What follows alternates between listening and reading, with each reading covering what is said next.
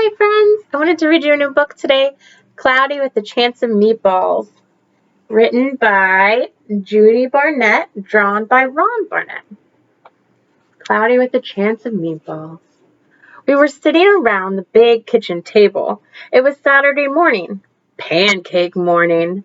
Mom was squeezing oranges for juice. Henry and I were betting on how many pancakes we could each eat. Grandpa was doing the flipping.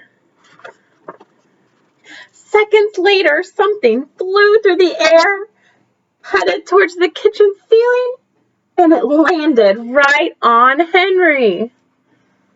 After we realized that the flying object was only a pancake, we all laughed, even Grandpa.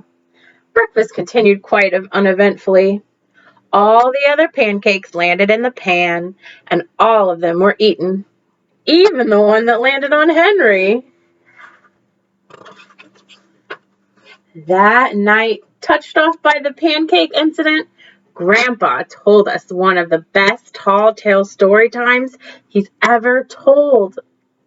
Across an ocean, over lots of huge bumpy mountains, across 3 hot deserts, and 1 smaller ocean, there lay the tiny town of Chew and Swallow.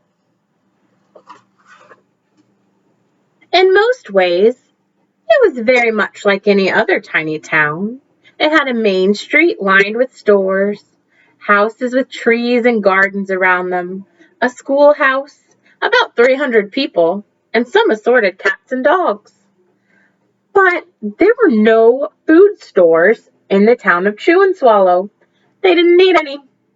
The sky supplied all the food they could possibly want. The only thing that was really different about Chew and Swallow was its weather. It came 3 times a day, at breakfast, lunch, and dinner. Everything that everyone ate came from the sky. Whatever the weather served, that was what they ate. But it never rained rain, and it never snowed snow. And it never blew just wind. It rained things like soup and juice, and snowed mashed potatoes and green peas, and sometimes the wind blew in storms of hamburgers. The people could watch the next day's weather report on television in the morning. They would know, and they would even hear a prediction for next day's food. When the townspeople went outside, they carried their plates, cups, glasses, forks, spoons, and knives and napkins with them. That way, they would always be prepared for any kind of weather. If there were leftovers, and there usually were, people took them home and put them in their refrigerator in case they got hungry between meals. Over here on the TV, it says, Cloudy with a Chance of Meatballs. Oh, look at this. It's raining. Looks like pancakes or pizza. During this baseball game, it's raining pie. This girl's catching soup or maybe orange juice, I bet, in her umbrella. And this lady's running with her plate to catch a chicken wing. The menu varied. By the time they woke up in the morning, breakfast was usually coming down. After a brief shower of orange juice, low clouds of sunny-side-up eggs moved in, followed by pieces of toast. Butter and jelly sprinkled down for the toast, and most of the time, it rained milk afterwards. For lunch one day, Frankenfurters, already in their rolls, blew in from the northwest at about 5 miles an hour. There were mustard clouds nearby. Then the wind shifted to the east and brought in baked beans. A drizzle of soda finished off the meal. Could you imagine going to a restaurant with no roof so your food could fall onto your plate? Dinner one night consisted of lamb chops, becoming heavy at times with occasional ketchup.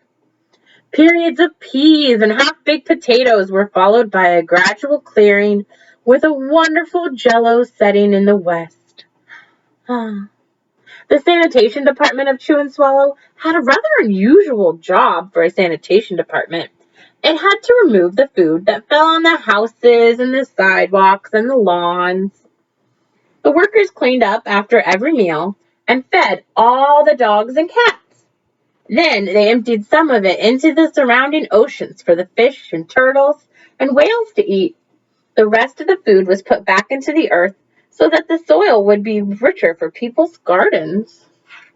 Look at that trash truck. A lot different than ours. Life for the town of Chew and Swallow was delicious until the weather took a turn for the worst. There was one day where nothing but gorgonzola cheese came down all day. The next day there was only broccoli, all overcooked. And the next day there were Brussels sprouts and peanut butter with mayonnaise. Another day there was a pea soup fog. No one could see where they were going, and they could barely find the rest of the meal that got stuck in the fog. Whoa, this newspaper says, spaghetti ties up town. Wouldn't you be sad if it was your birthday and no cake fell down? Just peanut butter and mayonnaise? Oh. The food was getting larger and larger, and so were the portions. The people were getting frightened. Violent storms blew up frequently. Awful things were happening. One Tuesday, there was a hurricane of bread and rolls all day long and into the night. There were soft rolls and hard rolls, and some with seeds and some without. There was white bread and rye and whole wheat toast. Most of it was larger than they had ever seen bread and rolls before. It was a terrible day. Everyone had to stay indoors. Roofs were damaged, and the sanitation department was beside itself. The mess took the workers 4 days to clean up, and the sea was full of floating rolls. To help out, the people piled up as much bread as they could in their backyards. The birds picked at it a bit, but it just stayed there and got staler and staler. There was a storm of pancakes one morning and a downpour of maple syrup that nearly flooded the town. A huge pancake covered the school. No one could get it off because of its weight, so they had to close down the school. Lunch one day brought 15-inch drifts of cream cheese and jelly sandwiches. Everyone ate themselves sick, and the day ended with a stomach ache. There was an awful salt and pepper wind, accompanied by an even worse tomato tornado. People were sneezing themselves silly and running to avoid the tomatoes. The town was a mess. There were tomato seeds and pulp everywhere. The sanitation department gave up. The job was too big. Everyone feared for their lives. They couldn't go outside most of the time. Many houses had been badly damaged by giant meatballs. Stores were boarded up, and there was no more school for the children. So, a decision was made to abandon the town of Chew and Swallow. It was a matter of survival. Look at that. A giant cheeseburger on somebody's house. What if your whole front of your house was covered by a giant piece of pizza? Oh man, look, this lady has a pickle that fell in through her roof. That would be so scary. The people glued together the giant pieces of stale bread, sandwich style, with peanut butter, took the absolute necessities with them, and set sail on their rafts for a new land. What are they using for the sail? Oh, pizza and cheese with a bacon flag. After being afloat for a week, they finally reached a small coastal town, which welcomed them. The bread had held up surprisingly well enough for them to build temporary houses for themselves out of it. The children began school again, and the adults tried to find places for themselves in the new land. The biggest change they had to make was getting used to buying food at the supermarket. They found it odd that food was kept on shelves and in packages and cans and bottles. Meat had to be cooked and was kept in large refrigerators. Nothing came down from the sky except rain and snow. The clouds above their heads were not made of fried eggs. No one ever got hit by a hamburger again. Nobody dared to go back to Chew and Swallow to find out what happened to it. They were too afraid. Henry and I were awake until the very end of Grandpa's story. I even remember his goodnight kiss. The next morning we woke to see snow falling outside our window. We ran downstairs for breakfast and ate it a little faster than usual so we could go sledding with Grandpa.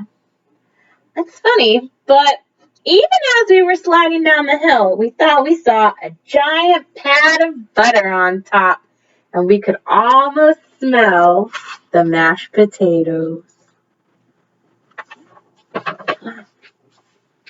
The end.